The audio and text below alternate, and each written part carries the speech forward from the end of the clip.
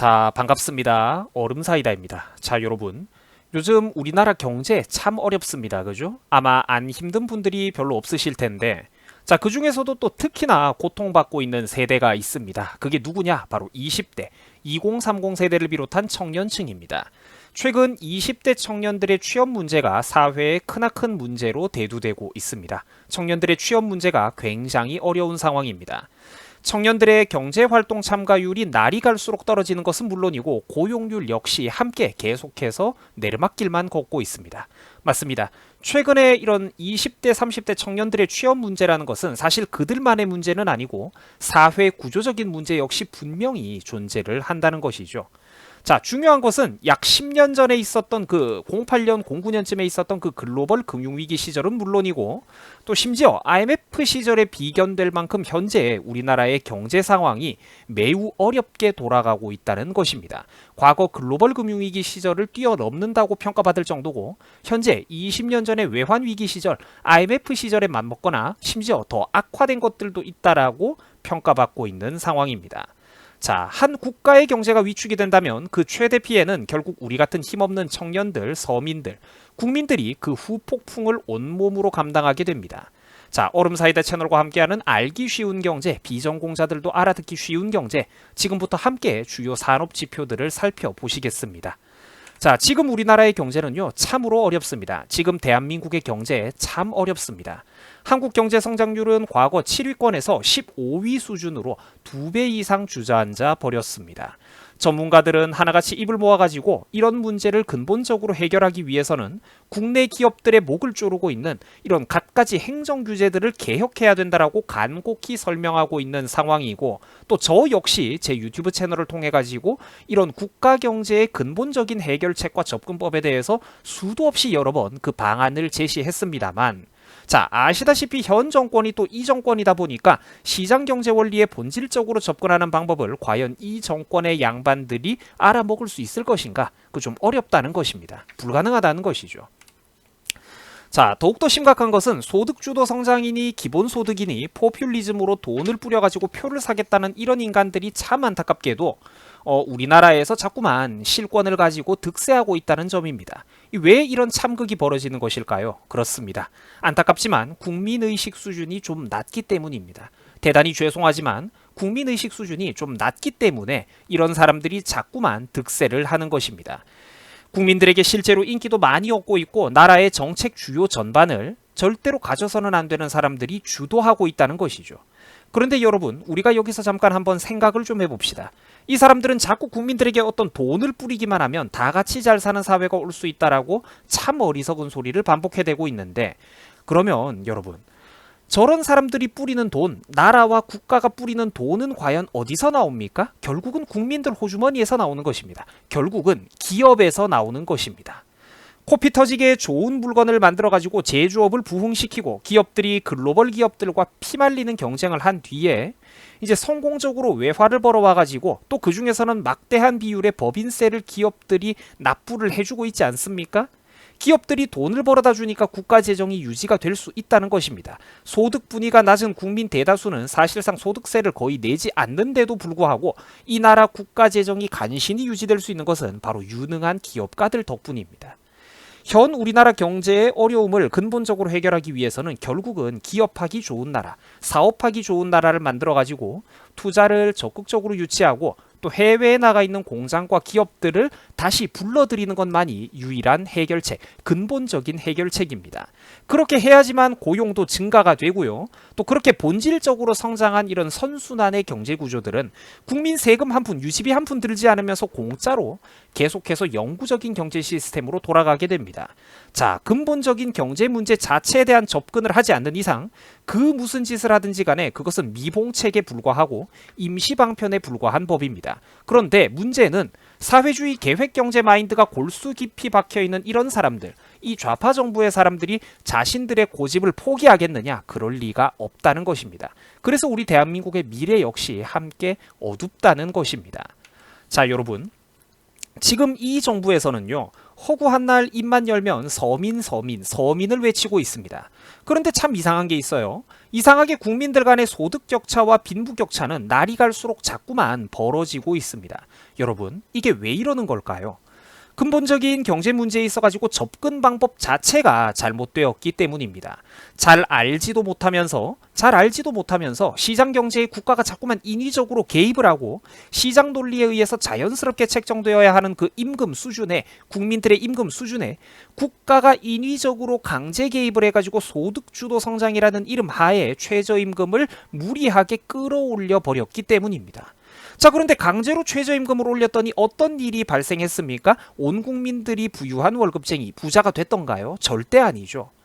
기업이나 자영업자들의 매출액, 순수익, 돈벌이는 그대로인데 인건비 부담만 인위적으로 커져버리니까 중소기업과 영세 자영업자들이 못 버티고 그만 주저앉아 버리고 말았습니다. 또는 대기업과 대형마트, 아파트 경비 같은 곳에서도 인건비 부담이 가중되다 보니까 기존의 고용 인력을 줄여버리고 무인 시스템을 도입한다든지 무인 시스템, 무인화가 가속화된다든지 오히려 서민들에게 꼭 필요한 일자리들조차 줄어들어 버리더라는 것이죠. 예전 같았으면 세 사람이 할 일을 이제는 두 사람이 코피 터져가면서 감당한다든지, 옛날 같았으면 알바생 한두 명이라도 고용을 해주던 카페와 식당들이 이제는 알바생들을 다 내보내버리고 사장 부부가 조금 힘들어도 코피 터져가며 지들끼리, 사장 부부끼리 일을 하더라는 것입니다. 경제라는 게 이렇게 되어버린다는 것이죠. 시장 경제라는 것은 우리 눈에는 보이지 않습니다만 살아있는 인간들의 욕망이 어우러져 가지고 만들어낸 하나의 거대한 생명체와도 같습니다. 사람의 욕망은 기계가 아닙니다. 사람은 감정이 있습니다. 사람들은 본능적으로 이익은 극대화하고 싶어 하고요. 또 반면에 쓸데없는 손실은 줄이고 싶어 합니다. 당연히 외부로부터 인위적인 개입이 생기면 살아있는 생명체와도 같은 이 시장 경제라는 것은 거기에 반응을 해버린다는 것이죠. 무엇에? 정부의 인위적인 개입에 말입니다. 이 간단한 이치를 단 20몇 살에 불과한 고졸 친구들 중에서도 그 본질을 정확하게 이해하는 친구들이 있는 반면에 참 안타깝게도 서울대 연고대 경제학과를 나왔는데도 불구하고 이 부분을 이해하지 못하는 친구들이 있습니다. 지금 그런 사람들이 저기 높은 곳에 파란 지붕 밑에 정부 청사에 꽉 들어차 앉아 있는 것 아닙니까? 거시적인 방향성이 잘못됐기 때문에 아무리 우수한 내비게이션을 가지고 있어도 우리가 제대로 방향성을 잡을 수가 없다는 것이죠. 자, 여기 이 자료를 한번 보시기 바랍니다. 복잡해 보일 텐데 전혀 그럴 게 없습니다. 하나씩 읽어드릴게요. 제가 방금 말씀드렸던 설명드렸던 문제점들이 현재 그대로 나타나고 있습니다. 소득주도 성장은 오히려 내수 경제의 침체만 불러일으키고 있습니다. 왜 그러는 걸까요? 서민들이 작은 일자리라도 꼭 필요했던 우리 서민들, 학생들이 그 작은 일자리, 알바 일자리조차 현재 잃어가고 있기 때문입니다. 알바 일자리가 왜 없어지고 있습니까? 아까 설명드렸죠. 소득주도 성장이라는 그 국가 정책이 잘못되었기 때문입니다. 국가가 인위적으로 멱살을 잡고 이 인건비를 인위적으로 끌어올려 버리니까 살아있는 시장 경제가 거기에 반응을 해가지고 인건비 부담을 줄이기 위해서 고용을 인위적으로 축소해 버리더라는 것이죠. 그러니까 자연스럽게 고용을 축소해 버린다는 것입니다. 그게 안타깝다는 것이죠. 서민들에게 그 일자리와 소득원이 사라지니까 당연히 양극화가 심화되지 않겠습니까? 여러분, 돈이 없는데, 소득이 없는데, 청년들한테 소득이 없는데 어떻게 청년들이 소비를 합니까? 국민들한테 돈이 없는데 어떻게 내수 경제가 살아납니까? 이 안타까운 악순환이 현재 데이터들을 통해 가지고 여실히 증명되고 있다는 것입니다. 한국의 경제 성장률은 현재 자꾸만 주저앉아가고 있고, 정부는 국민들의 눈속임을 하기 위해 가지고 돈을 갖다 발라 가지고 인위적으로 단기적인 가짜 부양 정책을 만드는 데만 몰두하고 있고, 이제 국민들의 세금을 끌어다가 돌려막기를 하고 있습니다. 그럴수록 악화되는 것은 바로 정부의 재정 적자죠. 나라의 빚이 눈덩이처럼 커져가고 있다는 것입니다. GDP 성장률은 문정부가 들어서고 나서부터 계속해가지고 깎여 내려가고만 있고, 실질적인 성장률, GDP 성장률 전부 다 사실상 후퇴하고 있는 그런 상황입니다. 자, 지금 이 자료를 보시면요, 글자가 조금 작아가지고 잘 안 보이겠습니다만 그림과 색깔은 똑바로 보이실 겁니다. 제가 따로 순서대로 밑에다가 크게 글자를 적어놨습니다. 지금 3개의 막대 그래프가 보이실 텐데요, 파란색 막대기는 1998년 외환위기 시절이고요, 주황색 막대기는 2008년 글로벌 금융위기 시절이고, 그리고 회색 막대기는 2020년 바로 현재 오늘날 상황을 나타냅니다. 자, 그런데 사실 이거를 보면 다시 다들 비슷비슷하다는 걸 알 수가 있습니다. 대동소이 별로 차이가 없어요. 이걸 보면 지금 현 2030 세대를 비롯한 우리 국민들과 청년들이 얼마나 현재 큰 경제적 고통을 겪고 있는지 여실히 알 수가 있습니다. 과거 우리 대한민국의 경제가 가장 어려웠던 시절과 맞먹고 있다는 것이죠. 한국의 근현대 경제 역사에서 손꼽히는 10년 전, 20년 전의 위기 상황과 지금 상황이 맞먹거나 심지어 지표에 따라 가지고는 지금이 더 어렵고 위험한 그런 상황이라는 것입니다. 살얼음이 깨지고 있다는 것이죠. 무능하고 어리석은 어른들, 정치인들 때문에 왜 청년들이 억울한 고통을 당해야 한단 말입니까? 자, 그런데 여기서 잠깐만요. 짚고 넘어갈 부분이 있습니다. 과연 정말로 또 억울한 청년들인 것은 맞느냐라는 부분입니다. 안타깝게도 정말 안타깝게도 100% 모든 청년들이 억울한 것은 아닙니다. 그죠? 이제 저를 비롯해 가지고 정말로 억울한 2030 세대도 물론 계시겠습니다만 반대로 오늘날 이런 사태가 야기되는데 분명히 또 간접적인 책임, 어리석은 선택을 내렸던 청년들도 대한민국에는 많다는 것이죠. 똑똑한 사람들도 많지만 안타깝게도 어리석은 2030, 40 세대도 분명히 많다는 것입니다. 자, 그런데 이게 갑자기 무슨 말이냐?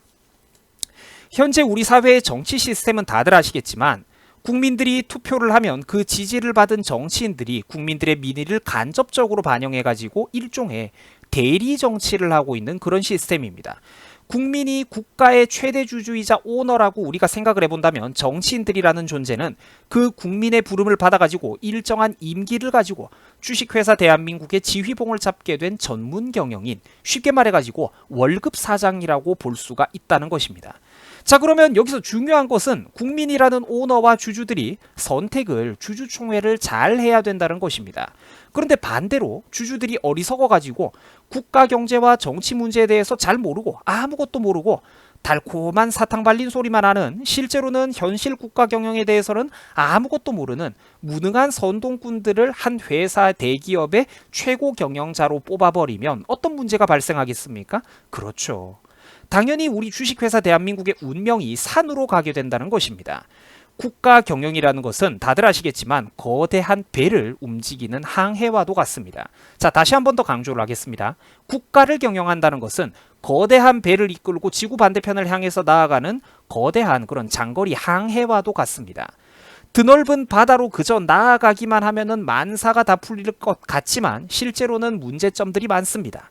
실제로는 장기간 항해를 준비하기 위해서는 항해가 얼마나 며칠이나 걸리는지 시간 계산도 해봐야 되고, 또 그러면 그 시간 동안 선원들이 먹을 식량은 얼마나 필요한지 이 식량 문제에 대해서도 생각을 해봐야 되고, 레이더와 기상 예보를 보면서 날씨 걱정도 해야 되고, 지도도 봐야 되고, 또 긴 항해 동안 엔진이 고장나지는 않는지, 만약에 바다 한가운데에서 예기치 못한 어떤 고장이 발생한다면 긴급적으로 우리가 대응할 만한 부분, 그런 이제 여분의 부품을 준비한다든지, 또 전문적인 기술 인력은 보유했는지. 국가 경영이라는 것은 요컨대 거대한 배를 움직이려면 생각할 것들이 많다는 것입니다. 준비할 게 많다는 것이죠. 예기치 못한 비상사태에 대비를 해야 된다는 것입니다. 그런데 안타깝게도 좌파는요, 본질적으로 이상주의자들입니다. 현실에 존재하는 수많은 문제들을 그냥 정신력으로 아름다운 구호로 뛰어넘을 수 있다라고 착각을 합니다. 기술과 능력, 전문성은 인정하지 않은 채 모든 선원들이 동등한 배를 만들겠다라며 정작 자신들만큼은 선장으로 지도부로 군림하려고 합니다. 그게 바로 사회주의 공산주의의 맹점입니다. 그저 저 푸른 바다만을 멋있게 가리키면서 의지만 있으면 모든 문제를 헤쳐나갈 수 있다고 달콤한 소리만 구성원들 앞에 늘어놓습니다. 이러면은 능력 있는 선원들, 전문적인 항해 기술자들, 선박 기술자들은 보다 나은 대우를 찾아가지고 다른 배로 떠나버립니다. 그러면 평범하고 무능한 사람들만 남아버린 그 배의 운명은 어떻게 될까요, 여러분들? 앞으로 보물 탐사 제대로 할 수 있겠습니까? 장거리 항해를 계속 제대로 할 수 있을까요? 저 바다 깊이 잠들어 있는 그런 보물이 있어봤자 대규모 인양 작업이 전문가들 없이 가능하겠습니까? 그렇죠. 어렵다는 거예요. 기회가 와도 못 잡고 있던 기회도 자꾸만 잃어가며 마침내는 갖고 있던 배조차 점점 고장이 나고 성능이 떨어지고 수리도 못하게 된다는 것입니다. 지금 현 시점에서 국민 스스로가 깨어나지 못한다면 앞으로 이 나라의 근본적인 미래는 없습니다. 반드시 국민 스스로가 깨어나야만 합니다. 합법적인 민주주의 시스템 하에서 나라를 바꾸고 싶다면 그게 유일한 길입니다. 지금 현 시점에서 다시 한번 강조를 합니다만 지금 현 시점에서 국민 스스로가 깨어나지 못한다면 앞으로 이 나라의 근본적인 미래는 없을 것입니다. 반드시 우리 국민들 스스로가 깨어나야만 한다는 것입니다. 합법적인 민주주의 시스템 하에서 나라를 바꾸고 싶다면 그게 유일한 방법이라는 것이죠. 하지만 또 한 가지 안타까운 것은 사실 다수, 불특정 다수의 대중들 모두가 함께 깨어난다라는 것은 사실 좀 불가능에 가까운 일입니다. 그러나 그럼에도 불구하고 국민 계몽 반드시 이루어야만 합니다. 왜냐? 우리들의 미래가 달려있기 때문입니다. 여러분 고맙습니다.